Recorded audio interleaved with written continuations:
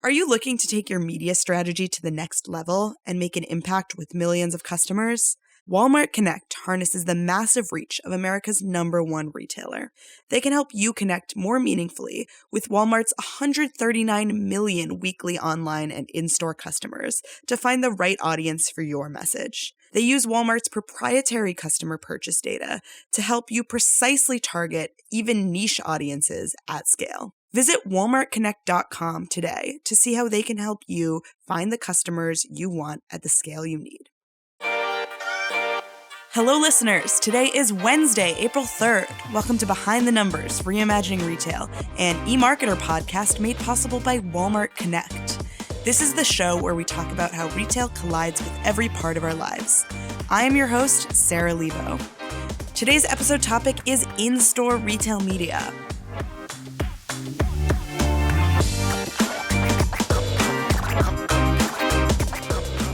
Before we get to that, let's meet today's guests. Joining me for today's episode, we have podcast regular, senior analyst Arielle Feger. Hi, I'm thrilled to be here today. I am thrilled to have you here today.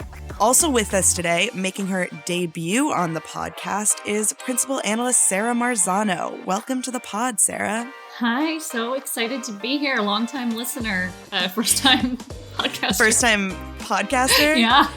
Welcome. We're upping our Sara count here at eMarketer, and it has been confusing for everyone. But it's a lifelong, with Sara, it's a lifelong confusion. It's not a new struggle. Truly, I'm used to it. Okay, let's get started with free sample.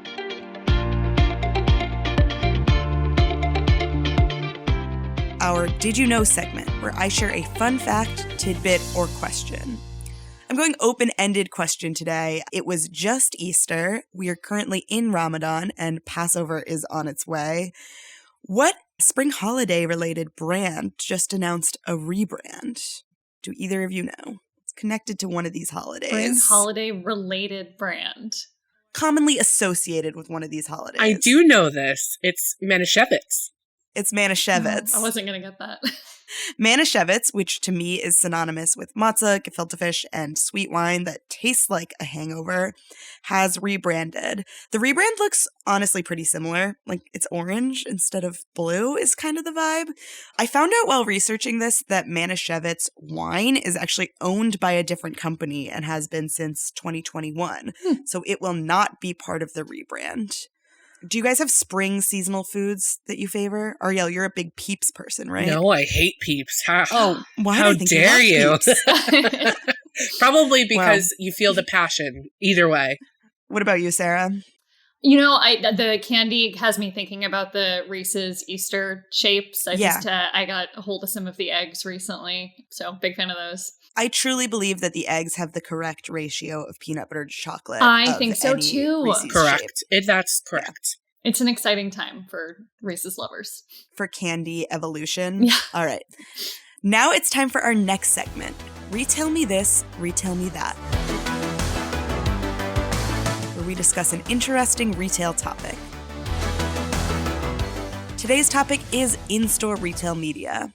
Spoiler alert, on this podcast, we are fans of the in-store ad channel.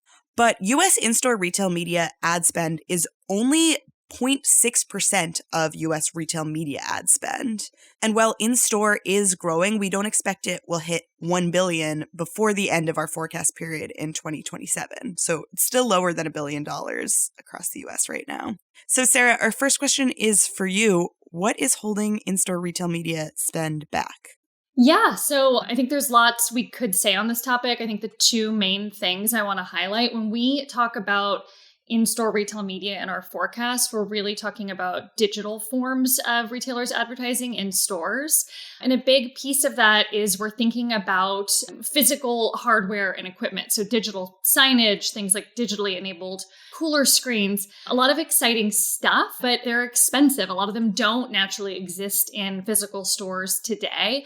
So there's a big financial investment for retailers who want to make these part of the in-store shopping experience. And a lot of them aren't very tested or proven just yet. So it's new. Yeah, I mean, I think that the concept of like naturally occurring in the store is very funny, but I get what you're saying. Like TV screens are pretty easy retail media win in some stores that sell electronics specifically because they're already there. But if they're not already there, then they're kind of hard to implement, especially because the store is like kind of an intense environment. People have shopping carts, they're ramming into things. Some vandalism is intentional, a lot of it isn't in the store. So it's not the easiest environment. Yeah, it's also a lot harder to kind of test and learn, to, bring a bunch of equipment in and then only to find out it's not effective or it doesn't work. So I think the online environment is a lot easier for retail media networks to try new things and new placements, but I still think there's a lot of potential in in-store retail media. Yeah, and the online environment also like theoretically has unlimited inventory. Obviously, this is also an issue with online retail media. You get cluttered search results because of so much paid search advertising. But if paid search is something you want to try, that ad can appear. It's not like tangible versus in the store, there's quite literally limited space. And so in both spaces, you don't want to have consumers inundated with advertisements. But in the store, that might be a little more apparent, especially because it's not something they're used to. Absolutely. Yep. So we've talked on this podcast before about like high-tech in-store ad types like cooler screens and smart carts. Cooler screens are those like literal screens over cooler doors. They were a fumble for Walgreens a few years ago because they were blocking consumers from seeing what was behind the doors. How bullish do we feel about these like high-tech in-store retail media ventures right now?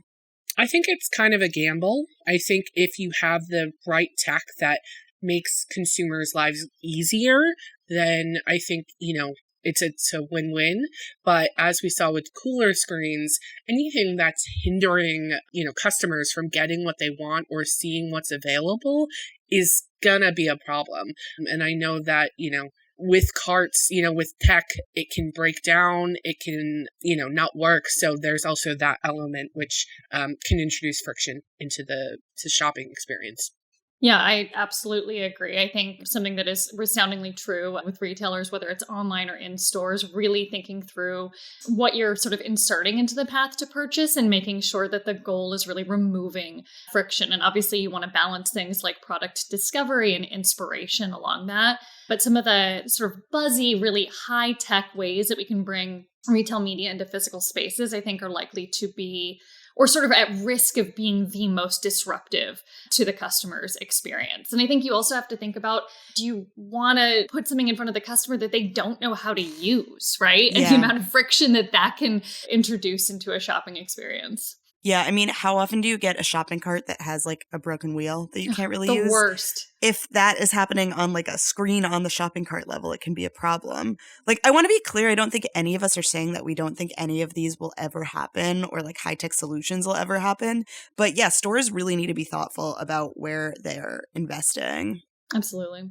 I mean, with that in mind, like what will happen? What is happening? Where is the money that is going to stores right now going in terms of retail media? Sarah, why don't you take that one first? Sure. Yeah, no, I think some of the most interesting activations is retailers who are taking programs that maybe traditionally fell into shopper marketing, but thinking through how to infuse digital connectivity. So things like in-store sampling or demo stations that are being matched back with measurement that can take the dollars invested and really measure the efficacy of the campaign. Yeah, that makes sense. I mean, this is like another way that in-store retail media is similar to online, right? Where measurement is like the big challenge. Online, the reason for that is walled gardens and silos. In-store, that persists too, but then there's the issue where it's just not a closed loop in the same way. Well, it depends on how you consider a closed loop, because sure, the person's in the store getting the ad and then buying the thing, but you don't see the conversion click in the same way. Yeah. In a similar vein to what Sarah Marzano was saying, I think we're going to have to start clarifying which Sarah we're talking about here. I think in-store radio is a place where we're seeing retailers start to play. I think because consumers are already primed to listen to things in the store, whether it be music or announcements. It's kind of a low stakes environment to start testing different ads and promotions. So I think we're starting to see that a little bit more. And again, it doesn't take a lot of investment or lift when it comes to implementing. Do you really feel like consumers are primed to listen to in-store audio? I mean, when I go to the store, I feel like everyone has their AirPods in. I think there's always going to be people who aren't going to listen for whatever reason, but I do think that it's yet another way to get to consumers, whether or not it's one consumer or all consumers in the store. I still think it's, another layer of introducing them to something new. Yeah. And also those people who are listening to their AirPods are likely on their phones, which means there's a lot of potential for omnichannel app retail media, which isn't necessarily like bucketed into that in-store ad spend, but does have activations that take place in the store.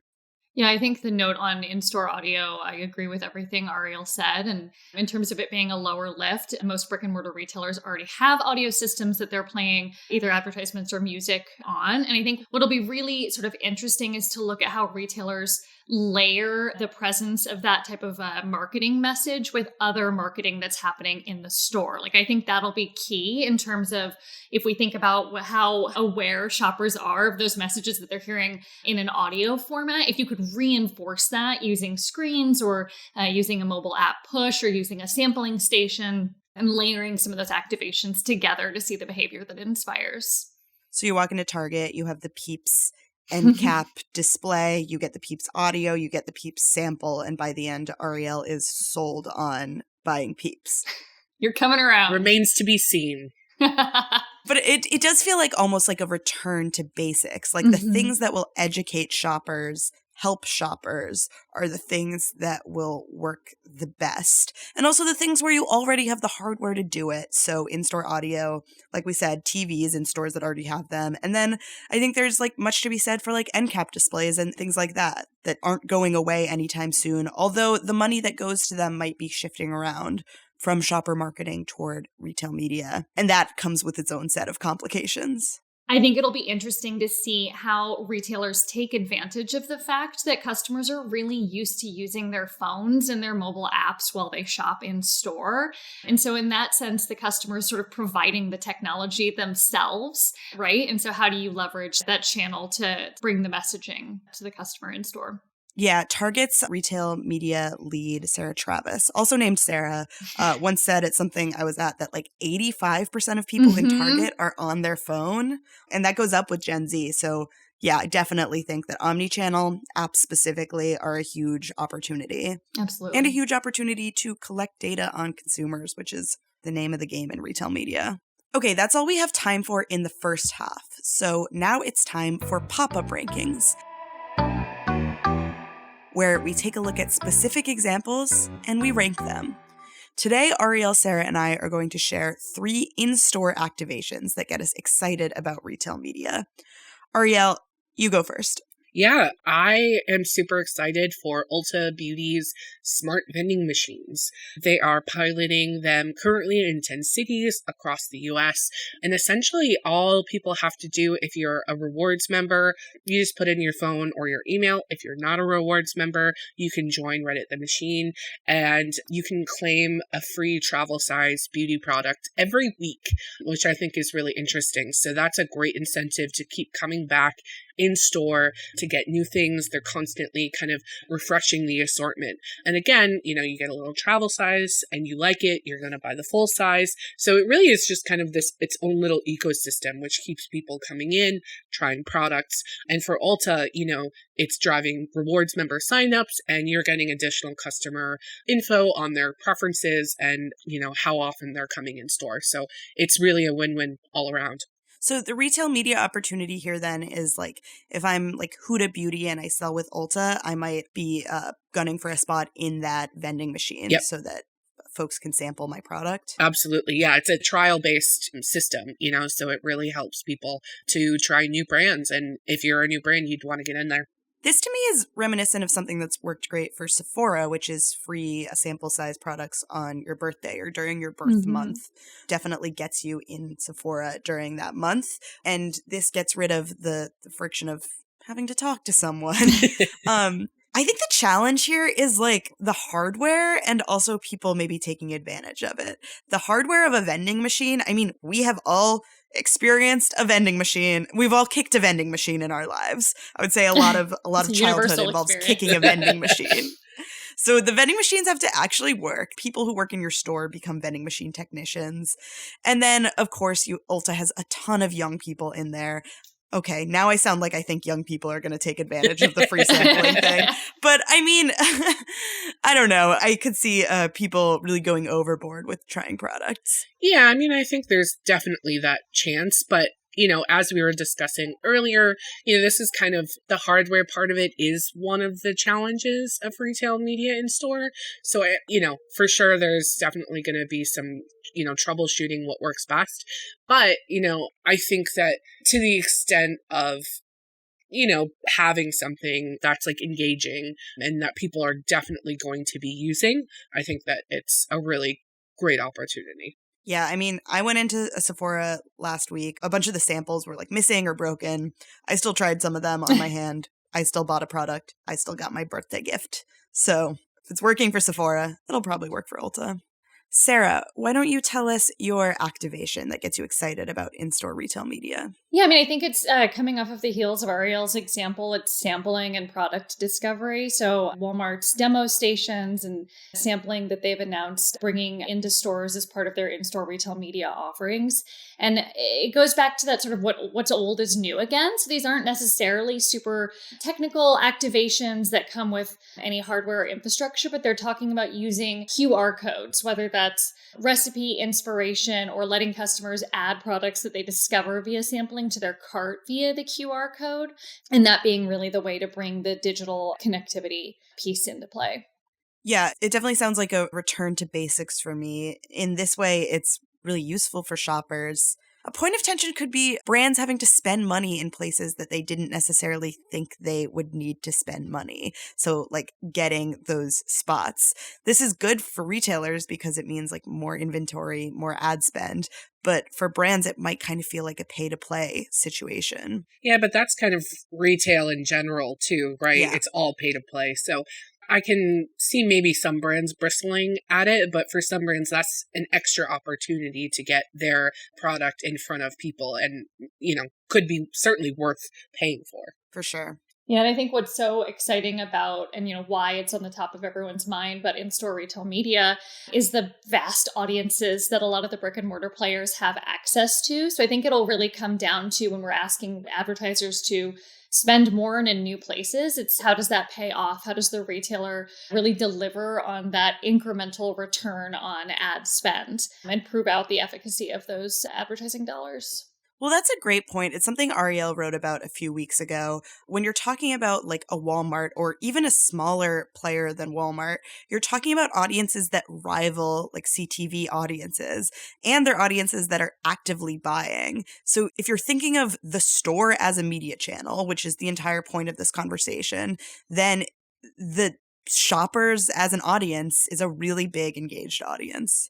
Yeah, and they're ready to buy. Most people go to the store with a purchase in mind, so they're already in that mindset, which I think is incredibly valuable. Yeah, we have some data in our path to purchase study showing how much more likely customers are to make a purchase immediately if they discover a new product while they're shopping in store, because they're already, to your point, Arielle, in that mindset. So it's a great time to kind of facilitate that discovery of a new product because that the call to action is more likely to pay off. Okay, it is my turn to share an activation that gets me excited about in-store retail media. And I am cheating at my own game by stepping slightly outside of the store doors. So last year, TikTok partnered with Gas Station TV on their products at the gas pump to create like engaging video content there. This to me is definitely a retail media opportunity. So many retailers have their own gas stations that are right there. But beyond gas stations, there are a lot of other places just outside of the store where people are idling and just willing to look at ads. So the gas station is one of them. So is waiting at click and collect, as are charging stations where people sit in their car and wait for them to charge. There are challenges here. People are definitely on their phones in these situations. And also because these activations are outside, the hardware needs to be really robust because it's open to the elements. But overall, I think thinking about the outside of the store, the parking lot, the charging stations as an expansion of retail media is really wise. Yeah, absolutely. I think it's really smart to think about instances where a shopper is going to be lingering, right? Physically staying in one place for a few moments, whether that's at a gas station or maybe even like waiting in their car for curbside pickup order. We talked about cooler screens earlier in the show in terms of that disruption, right? If someone's trying to get into something or see what's there, and then you're interrupting this behavior that someone's trying to get completed. So thinking through where you're going to have traffic, so to speak, that's hanging out for a few seconds makes a lot of sense. For those of you who don't know, Sara Lebow's favorite thing to do is think about where ads can be put while people are stationary or idling positions. And she's brilliant at it. So advertisers, come talk to me. I have ideas. There's surfaces there everywhere. There are so many places where you're just standing there. Yeah, there are surfaces everywhere, and there are moments of idling everywhere. My big one is the microwave, but I've got other ideas. Come to me. I'm thinking about them all the time. Jack Donaghy from 30 Rock would be proud. I have a lot of ways that I can think of making the experience of the world even more like a shopping mall. You too can be a billboard. Oh boy. Okay, on that note, that is all we have time for today. So thank you for roasting me today, Arielle. Always happy to do it. And thank you for debuting on the podcast, Sara. Excited to have you back. Thanks for having me. Please give us a rating and review wherever you listen to podcasts. Thank you to our listeners and to Victoria, who edits the podcast and always keeps good things in store for us. We'll be back next Wednesday with another episode of Reimagining Retail and EMARKETER podcast. And tomorrow, join Marcus for another episode of the Behind the Numbers Daily, an EMARKETER podcast made possible by Walmart Connect.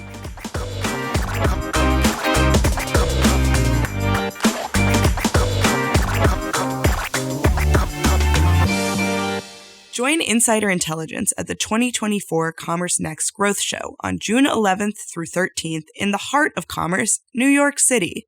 Speakers for this year's show include execs from J.Crew, Estee Lauder, and Tapestry.